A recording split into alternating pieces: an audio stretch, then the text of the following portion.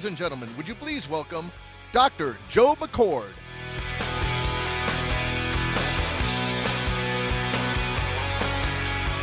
Thank you. Thank you very much. Thank you all for being here. 2 days ago, David called me and we talked a little bit about what I was going to say today. And we both agreed that many of you have heard me speak.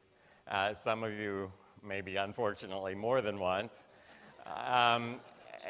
And the presentation that I normally give describes protandem in recent history.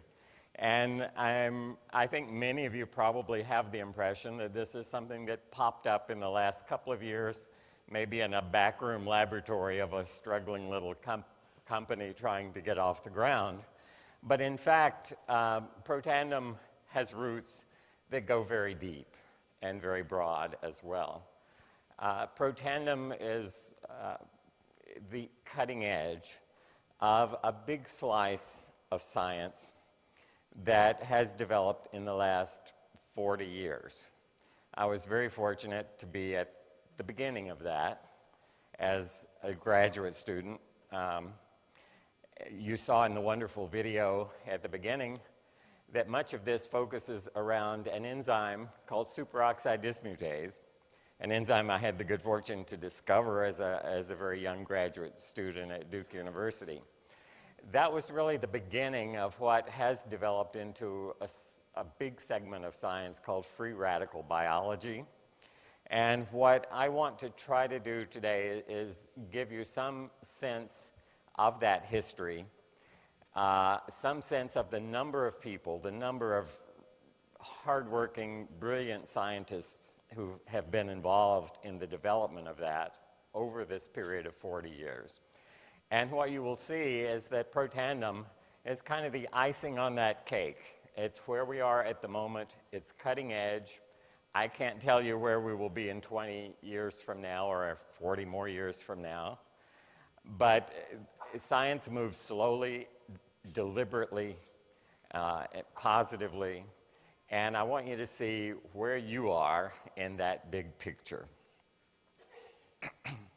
What I'm going to outline for you is this sequence of events, starting with the discovery of superoxide dismutase, and how step by step science built one step at a time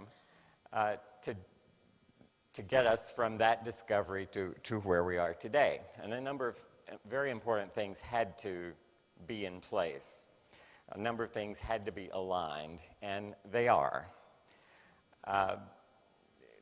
Even before superoxide dismutase was discovered, it was kind of officially discovered in 1969, 40 years ago.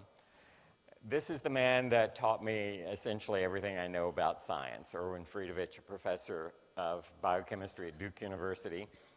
And I entered his lab as a graduate student. He had actually been trained at Duke under Phil Handler, his mentor.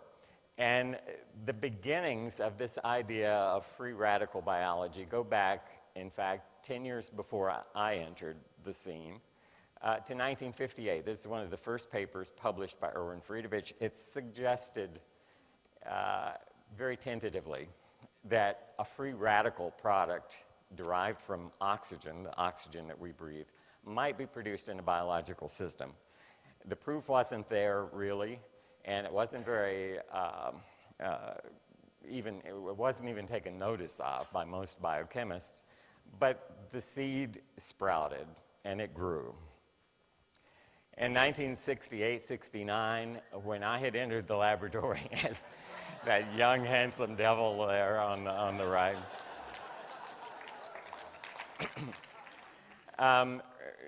Erwin and I had the pieces in place. We realized that there was an enzyme in our bodies with the apparent sole function of catalyzing the dismutation, that means eliminating a free radical derived from oxygen. Well, it was a solution in search of a problem because the field did not recognize that biological systems could make free radicals. Free radicals are a reactive class of compounds. They're toxic. They can kill cells.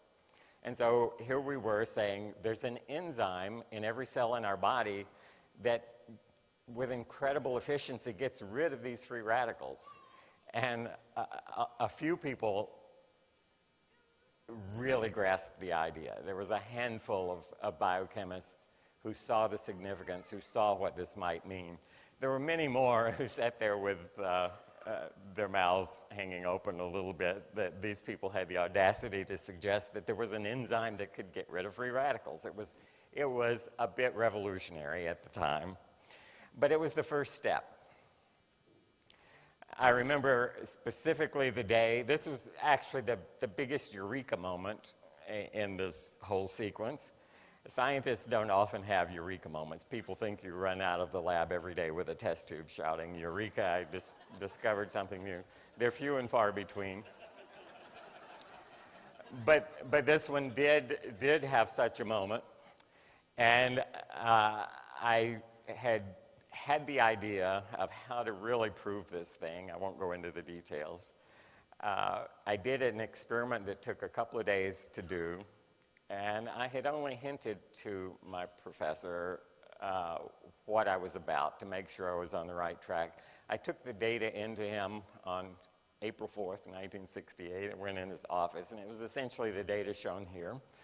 And when I handed him the data, he, within seconds, grasped what it meant. And his expression was, "Holy cow, it's a superoxide dismutase." And I'm extensively paraphrasing what he said.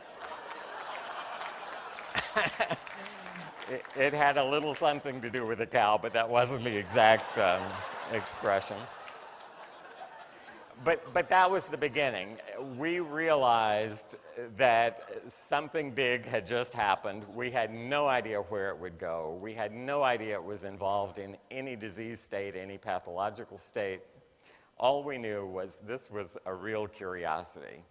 And we defined exactly what reaction this enzyme catalyzed. And so the science was on its way. And a lot of our peers said, okay, there's an enzyme that eliminates the superoxide radical, but why? As I said, they didn't accept that the radical was even produced. One of the first jobs we had was I had discovered this in an isolate from bovine red blood cells. And so the question was, is this some quirk? Is it only found in bovine red blood cells, or is it other places? And so in a laboratory full of students, we began looking in other places, and it was everywhere. It was in red blood cells, it was in mice and rats and other species, it was in humans. We had one student in the lab at the time who was a gardener. It was April, so he was starting to grow vegetables as the summer progressed. Every day, Chuck would come in with a new vegetable, putting it in the blender, and sure enough, there was superoxide dismutase, and tomatoes and zucchinis and so forth. I lost my hair. Also in more primitive organisms, yeast, and in fact, E. coli, a single-celled bacterium. So all the way from human brain to E. coli, a bacterium, this enzyme was present at remarkably constant levels. What was that telling us? Well, the free radical that it eliminates is derived from oxygen, and almost every life form on this planet lives in oxygen, depends on oxygen. We breathe it, we metabolize it, we use it to burn our food, and that's what we have in common with all these life forms. Our metabolism in terms of burning food is remarkably similar across the spectrum. There are some life forms that can't grow in oxygen, some of the nastiest life forms. The bacterium that causes botulism, for example, is an anaerobe. It has a metabolism very different from ours. And not only does it not use oxygen, it dies in oxygen. Those organisms did not contain superoxide dismutase. So what we were left with was, indeed, this enzyme was uniformly distributed and present in every life form we could find that depended upon oxygen. So that suggested that indeed free radicals are made in every oxygen metabolizing organism. So then the question became, is its function to protect those organisms? And indeed that was shown. This was a paper in 1971 where we surveyed organisms. It turns out that there are some organisms that don't really metabolize oxygen but aren't killed by it. They can grow in it. They just don't use it for much of anything. They had superoxide dismutase because they lived in oxygen. Only the ones that were killed by oxygen had no superoxide dismutase. This was amplified by a brilliant scientist in France. This is work 15 years later when biological techniques had evolved. Biology and biochemistry are dependent upon the techniques, and often that's what's limiting. So you might want to do an experiment. Let's say, can we eliminate superoxide dismutase from E. coli and see what happens? We had crude ways of doing that early on. This scientist had elegant ways 15 years later. And so she showed that if you take away the superoxide dismutase from E. coli, it can only grow without oxygen. E. coli is one of those organisms that can grow with or without oxygen. It kind of has two sets of metabolism. And furthermore, she showed if she took away the E. coli's own superoxide dismutase and it became a strict anaerobe, couldn't grow in air anymore, she could put the human gene for superoxide dismutase into that E. coli, and it would restore its function. It could then grow in oxygen once again. So it became very clear that superoxide dismutase was essential for growing in oxygen. And the reason is, if you use oxygen, you make free radicals from it, and you need an enzyme to protect you from those free radicals. The next step the next question that biologists ask when they're going through this process is, if you have an enzyme, you know it's important, what happens if that enzyme is lost or part of the activity is diminished? Does a disease result from it? And many of the genetic diseases that we have are the result of insufficiency of one of these enzymes that's essential to larger or greater, to lesser extent, for life processes. There were some clues right up front that there was a connection between superoxide dismutase, SOD, and other processes involved in disease. And it came in a very unusual, bizarre way. Before we even discovered superoxide dismutase, a couple of scientists up the coast, a few hundred miles here in California, in Mountain View, were running a little company called Diagnostic Data. And they had discovered, one was a urologist in San Francisco, the other a biochemist. They had discovered a protein from bovine liver that had powerful anti-inflammatory activity. And they had isolated this protein on the basis of that anti-inflammatory activity, and then started a little pharmaceutical company called Diagnostic Data Incorporated to develop, and they hoped to get approval for this as a drug to treat inflammation. And here are a couple of papers among the earliest ones that they published, actually not the earliest, but and they called this protein orgotine. And it was used to treat inflammation in horses, actually in very expensive racehorses that have problems with inflammation in their ankles because of the trauma and the stress on those joints. And they had gone through safety tests, and they were in the process of actually getting FDA approval for this protein as an anti-inflammatory protein. When we published our description of superoxide dismutase in 1969, it has some very unique biochemical properties. They saw our publication in the Journal of Biological Chemistry and compared it to the protein they had been studying for about 5 years, orgotine, and instantly realized these were the same protein because they had the same characteristics, the same copper content, the same spectrum. And so the identity was confirmed. They contacted me. We swapped samples, and sure enough, orgotine, anti-inflammatory protein, was superoxide dismutase. And so a huge question was, how are these things connected? Because it wasn't at all clear why getting rid of this free radical that people were reluctant to even accept had something to do with a basic process and taking place in all of our bodies, a disease process, inflammation. And the answer to that came from another wonderful scientist who unfortunately passed away about 5 years ago, also here in California at the University of California, San Diego, and at Scripps in La Jolla, just up the road. Bernie Babior discovered in 1974 that activated white blood cells, these are the cells that handle inflammation in your body. They also handle getting rid of microbes in your body, keeping your body free of infection. These cells made superoxide radical. They made a lot of it. And what occurred to Bernie, and what turned out to be absolutely true, is these white blood cells make this reactive chemical in order to kill invading microorganisms. This is the phenomenon I've referred to, someone reminded me last night, of Mother Nature making a silk purse from a sow's ear. Or if life gives you lemons, make lemonade. This free radical that most of our cells were trying to avoid making had been put to good use by some very important cells in your body, the white blood cells that keep you free of infection. And so when those white blood cells encounter a microbe, a virus, a bacterium, they eat it like an amoeba eats something smaller than itself. They flow around it, engulf it, and they bombard it with this free radical.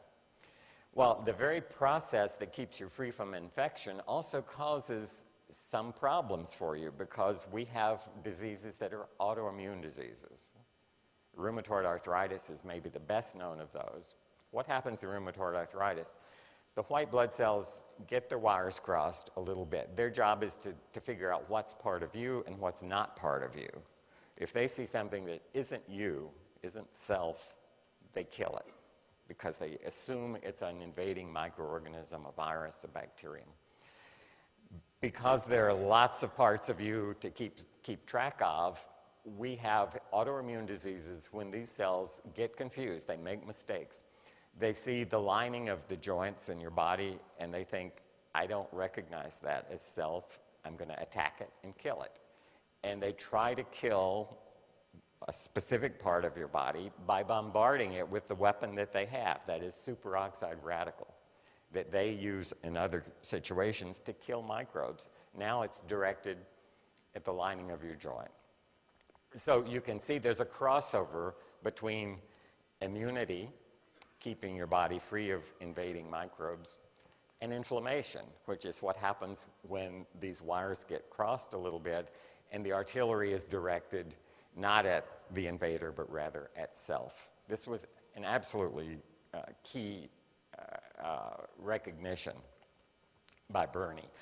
I immediately did a study. Bernie was considered with the immunity part of it. I wanted to show the inflammation part of it. And so I showed in this very brief study published in the journal Science that superoxide radical could degrade the synovial fluid in your joints. The synovial fluid is like grease in a joint in your automobile. It lubricates it. It allows the joints to move. It's essential for their function. When you have an inflamed joint, if you have an arthritic joint, that synovial fluid is broken down. What I showed is that the superoxide free radical made by these white blood cells could break it down. And the SOD could prevent it. It could protect that synovial fluid from being broken down. So pieces of the puzzle started to fit together. Subsequent publication, again, I'm not going to go into detail with these, but showed other functions of this interface between immunity and inflammation, with superoxide being right there in the middle of that intersection. bigger diseases and started to fall into place, notably cancer, one of the primary causes of death in the United States. And this was studied first by another scientist, Larry Oberle, who also recently passed away of renal disease that he had suffered with his entire life. Larry published a paper in 1979 with this title, Role of Superoxide Dismutase in Cancer, a review, and that got some attention. One of the sentences in the abstract, the first sentence there, lowered amounts of copper zinc containing superoxide dismutase have been found in many, but not all tumors. And that was the basis. This has been studied for another 20 years by Larry and by many other scientists. And so suddenly this free radical was now at the center of a major class of diseases, cancer. This is a remarkable paper published by Larry in 1993. Increased manganese SOD expression, that is, if cells are induced to make more SOD, suppresses the malignant phenotype of human melanoma cells. What that means is human melanoma cells are, melanoma is the deadliest kind of skin cancer. And Larry grew these human melanoma skin cancer cells, and with genetic techniques, molecular biological techniques, was able to cause them to make more SOD. And what he saw is they lost their cancer characteristics completely. They reverted to normal-looking cells just by making more SOD. All right, so again, superoxide dismutase at the interface of this hugely important disease process. And it didn't end there. Diseases, actually the primary killer of Americans is heart disease. And heart disease is, it does involve some inflammation. Many diseases involve inflammation, but it has another mechanism altogether different. You hear about blood clots forming in coronary arteries. That's what we're all terrified of. When that happens, the blood supply, the oxygen supply to the heart muscle is temporarily interrupted, at least to a portion of the heart muscle. And oxygen is cut off from that muscle. What physicians try to do, if you're rushed to an emergency room, the first thing is to restore the blood flow as soon as possible to get that tissue oxygenated again so it can keep functioning. When oxygen returns to that tissue after a period of absence, a burst of free radicals are produced. And this came from studies with a dear friend and collaborator, Neil Granger, who's now chairman of a Department of Physiology at Louisiana State University. We did these experiments in 1981. Not with great foresight. Again, often experiments are kind of stumbled across, and this was no exception. And the model was not heart. The big organs that suffer from ischemic injury are heart when you have a heart attack and brain when you have a stroke. And the mechanism is almost the same, it's just the organ is different. Neil was studying intestinal ischemia, which again is a big problem. Any organ in your body can be affected by this kind of injury.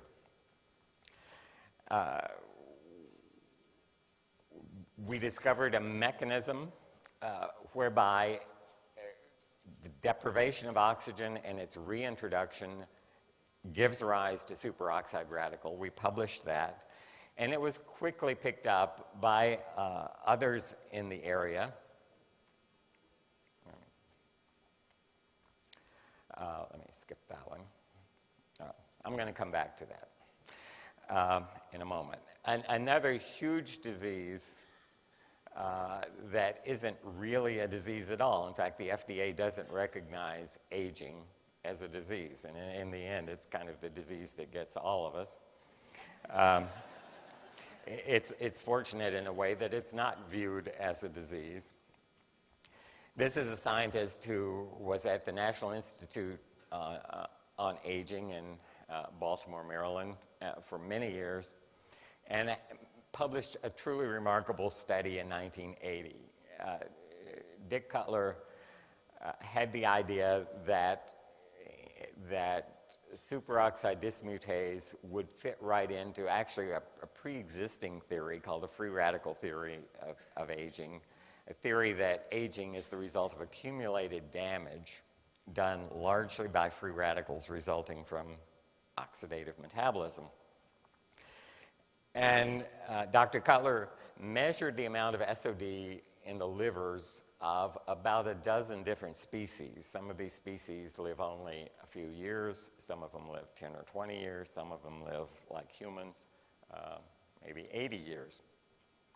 And it turns out that lifespan of those species was not directly related just to superoxide dismutase content, but when he measured the metabolic rate of their liver, that is, he had two parameters. One, how much free radical protection is there in the liver, how much SOD. The other parameter, how much oxygen is that liver burning? What's the rate of oxygen consumption in the liver? And so that's what determines how many free radicals are made. And the other part of the equation is how much superoxide dismutase is there to get rid of those free radicals. When he looked at that ratio in various species, he saw a linear relationship. That ratio increased with the longevity, the mean life expectancy of the species. So organisms that, regardless of how much oxygen their liver consumed and how much free radical they made, if they had an abundance of SOD, they lived a long time. If they had a paucity of SOD, not much of it, they had very short lifespans. That got the attention, again, of a huge segment of science, the people, the gerontologists, people interested in aging. It led to papers like this, again, using cutting-edge molecular biology techniques. Raj Sohal in Dallas showed that he could introduce extra copies of the superoxide dismutase gene into a primitive life form, fruit flies, and they would live 30% longer. So what he was doing was modifying this ratio that Dr. Cutler had found, more SOD with a given constant amount of free radical production would increase the lifespan of an organism. Even more dramatically, this has been shown in mice. This was 4 years ago in the journal Science. Really the same experiment. Scientists introduced additional copies of a gene that led to more catalase, a different antioxidant enzyme, in the mitochondria of mice.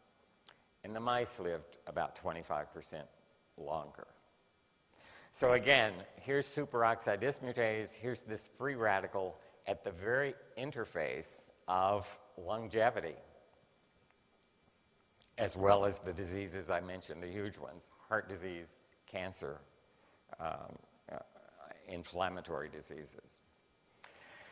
Well, once scientists recognized that indeed a process is involved in diseases, the next question is, can they be fixed? Can you manipulate somehow this information and alleviate some of the processes either that cause disease or accompany disease? And in the case of free radical biology, SOD was kind of the focus. I've talked only about SOD, briefly about catalase up to this point. And a point I'm going to be making soon is that they are not alone. Your body has a whole battery of antioxidant enzymes. They are two of the ones that were studied most intensely in the beginning, but by no means the whole solution. But when scientists began to say, can this SOD become a drug? Can it be used? Papers began to appear like these two. One in Circulation Research, and I'll kind of translate the titles here for you. Canine myocardial reperfusion injury. This is a model in a dog of a heart attack. And when a heart attack occurs, there's an area of the heart that's affected that essentially can die. reducing the function of the heart. If it has a big dead patch on the side of a ventricle in the heart, you can't pump blood anymore. That infarct, which is the mass of tissue that dies, was reduced by the administration of superoxide dismutase and catalase. So that here, using these two enzymes as drugs in a laboratory model of a heart attack, indeed, they reduced the effect of the heart attack. The second paper is very similar, using catalase alone to reduce the size of an infarct in a pig model, porcine model of ischemia reperfusion. Papers like this began to appear in many labs around the country. My own lab was doing similar things, and maybe at least a dozen other laboratories. In the fall of 1986, the American Heart Association held its annual meeting in Dallas. There was a session where paper after paper of exactly this kind of study was presented. In attendance at that Heart Association meeting was a science reporter from the Wall Street Journal. They cover those meetings because they're always looking for new information about new drugs and new studies. The Wall Street Journal reporter was named Jerry Bishop, and he had stumbled into this session. He said there were 24 concurrent sessions at this meeting, probably hundreds and hundreds of studies being presented, usually 15 minutes at a time. And in this session, he heard paper after paper talking about superoxide dismutase reducing infarct size after heart attack. And he said, what is this superoxide dismutase? So he went back to the Wall Street Journal, and he started digging around. And that digging led him to me, because I was the guy who discovered this enzyme. And so he attended a meeting, again, just up the road in La Jolla on the UCSD campus there, a meeting about oxidative stress. He was in attendance, and he said, can we go outside? I'd like to interview you. I'm from the Wall Street Journal. And so he did. We talked for probably an hour or so under a tree in that beautiful setting. And a couple of days later, a front page story appeared on the Wall Street Journal. A tale from the lab. A long, winding course of medical research leads to a breakthrough. Well, he wrote this because he had attended that session at the American Heart Association. He wanted to figure out, what is this about? And he did a really interesting story tracing this back through many of my colleagues who were quoted in the story. And this got the attention of the media in a big way. Scientists don't usually force themselves onto the media. They wait until their science is discovered in meetings such as the American Heart Association. When the Wall Street Journal publishes a front page story about something, it's only a matter of time. In fact, it was only 2 days until the really major media discovered it. I was in Mobile, Alabama at the time, and so the next day it was on the front page of the Mobile Press and the Mobile Register, the two newspapers serving that rather small city. I had my first press conference. The guy there on my right is the president of the University of South Alabama, who is now my best friend. And so the press realized this, and in fact the Wall Street Journal had called it a medical breakthrough. It wasn't quite that yet, because there were still steps to be made, and in fact those steps turned out to be difficult. Often things work really well in a lab. They don't translate well when you try to turn them into a drug or turn them into human clinical medicine. And such was the case with SOD. The desire was there, let's cash in on this enzyme's ability to protect us from free radicals that are caused in cancer, heart disease, stroke, all of those diseases. Still stumbling blocks. Many laboratories were trying to create drugs either using SOD itself as a drug, and enzymes make terrible drugs. They're expensive to produce. You often have immune responses. If it's a bovine enzyme, it's a foreign protein, you have an allergic response to it. all kinds of problems with converting enzymes into drugs. My lab took an approach of making it a better behaved drug. We genetically modified human superoxide dismutase, actually putting two genes together to try to get the best properties of both. Others took different effects. Creation of compounds that have synthetic compounds, drugs, that have SOD-like activity was a major thrust. Dr. James Crapo, who serves on our board of directors and who was a friend and colleague of mine going back to the early 1970s, has been instrumental over several decades trying to create drugs that have SOD-like activity. Again, in the laboratory, sometimes the results are dramatic, but this has still not made that transition into human clinical medicine and human disease prevention or treatment. But that continues. There are times when you need SOD activity acutely. Following a myocardial infarct is one of those times, and so there is a real need for a drug that's injectable, synthetic, something that could be made by Merck or Pfizer that would provide SOD activity. I mentioned that SOD and catalase are not the only players here. This is a slide that shows you the system of antioxidant enzymes. Everything shown in blue is an antioxidant enzyme. And if you look there, you'll see SOD1, SOD2, catalase. But there are lots of other enzymes that you may not recognize. They're not as well known. And this is the system our bodies use to maintain control over oxidative processes, things that begin with free radical biology, free radical reactions. So when you look at this picture, you say, well, you know, if we had a drug that had SOD activity, that might help because that's sort of at the beginning of this chain of events, but clearly it's not the whole picture. How wonderful it might be if we had a way of not just increasing SOD or just catalase, but that whole network of enzymes that our bodies use to control oxidative stress. And this is where Protandim starts to enter the picture. And this is very late. I described so far about 35 years of science for you. And Protandim came along 5 years ago at the very end of this sequence of events. And you might say, why did it wait that long? It's because we didn't understand how these enzymes were regulated. We didn't know how the body knew when to upregulate these. We didn't know the mechanisms that could be tweaked to cause the body to upregulate these enzymes. But that was now the question. So I've taken you actually into the 21st century.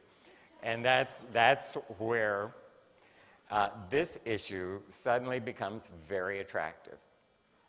And 5 years ago, two of the founders of a company called Lifeline Therapeutics that is now known as LifeVantage came to my office.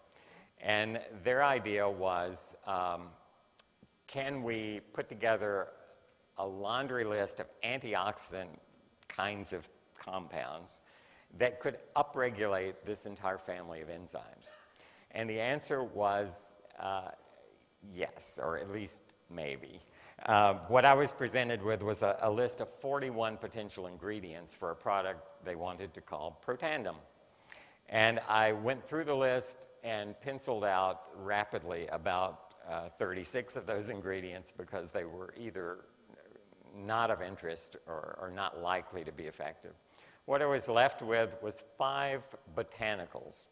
And the reason these were chosen is they had all had published science behind them showing that they might be able to induce at least SOD and catalase. And we put them together, we tested it in mice, and indeed it did work. What I'm eliminating here is a lot of the work that I've described and many of you have heard me talk about before, but I'll come to this. This is how these active ingredients in Protandim address this problem of oxidative stress. In the upper right there is something called a NRF2 activator. That's a molecule of one of these active ingredients in protandem. The way that all 5 of them work is they activate a factor called NRF2 in the cell. How do they do it? When you ingest protandem, it finds its way to receptors on the surface of a cell. The big green oval is a human cell. And one of these protandem ingredients binds. It sends a signal across the cell membrane through a kinase into the cell. It modifies chemically that little red protein labeled NRF2, putting a phosphate group on.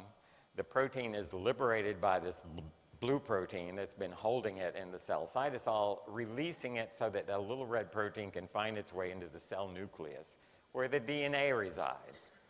It binds to a segment called the antioxidant response element, a sequence of DNA common to all of those blue enzymes I showed you in that network of enzymes.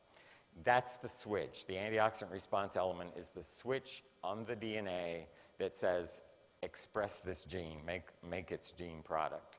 The whole family of antioxidant enzymes is then expressed in the cell. Their concentration is elevated, and that cell now has greatly increased protection from oxidative stress. We published this in 2006. Many of you have seen this. This is a measure of oxidative stress in our human clinical trial where we tested these 5 ingredients in humans to see if indeed it could lower oxidative stress. Many of the participants in this trial were taking conventional direct antioxidants, vitamin E, vitamin C, the blue dots. And as you can see, those direct antioxidants were not decreasing oxidative stress with age. In fact, if you draw a line just through those dots, you see that in fact oxidative stress was higher in the people taking direct antioxidants, vitamin E, vitamin C. What happened to these same people when they took the 5 ingredients in protandem, they took the commercial product, protandem, for 30 days, and these are the results from those same people. So the 80-year-old on the extreme right, you can see had a high level of about 3 before protandem, reduced to 1 after protandem. And in fact, if we get rid of the old data and now just look at these people ranging in age from 20 to 80 years old, what you can see is that the increase in oxidative stress previously seen with age has been completely eliminated. And looking at this parameter in their blood samples, I cannot now tell you who's 80 years old and who's 20 years old because they all look the same. After 120 days, this was maintained. And the reason the oxidative stress decreased is because these 2 important antioxidant enzymes were, in fact, increased in the blood of these individuals. So all of that 35 years of previous data I showed you where scientists have struggled with ways of getting SOD into an organism in a laboratory, couldn't do it in a clinic. This pill, with these 5 active ingredients, sends a signal to the cell. Rather than trying to put in SOD and catalase, it's telling the cell, make more SOD and catalase. The cells respond, and so your entire natural antioxidant network is increased as a result of this signal to your cell's DNA. A paper published only a couple of months ago says why the formula, why protandem is special. There is synergy among these 5. If you look at the 5 individual ingredients, you can see here looking at one antioxidant enzyme, heme oxygenase. Not one of the 5 has a substantial ability to induce this enzyme on their own, but the 5 together produce an 18-fold increase in that enzyme. All right. Synergy is defined as a result that exceeds the sum of the individual parts. And that uniqueness to the protandem composition has resulted in the issuance of U.S. patent. The composition is protected. It can't be knocked off. And it does some really remarkable things. In this 40-year period, more than 60,000 scientific papers have been published, again, to give you an idea of the magnitudes, probably more than 500,000 pages of published studies showing the various roles of superoxide in more than 100 human diseases, some say 200. And you can see that protandim entered this picture in the year 2005, 2004, which is really the end of this. That's why I referred to it in the beginning as the icing on the cake. This is where the field is. This is the culmination of molecular biology that tells us how this thing works. And these are universities listed here in the top, where I have colleagues who have said, send me some protandim. What a remarkable tool for me to use in studying oxidative stress and continuing this 40 years of progress. And the list of diseases at the bottom being studied as diseases of oxidative stress is an amazing spectrum. And I'm going to end there, and thank you very much for your attention, and thank you for being a part of this. Thank you. Thank you very much. Thank you.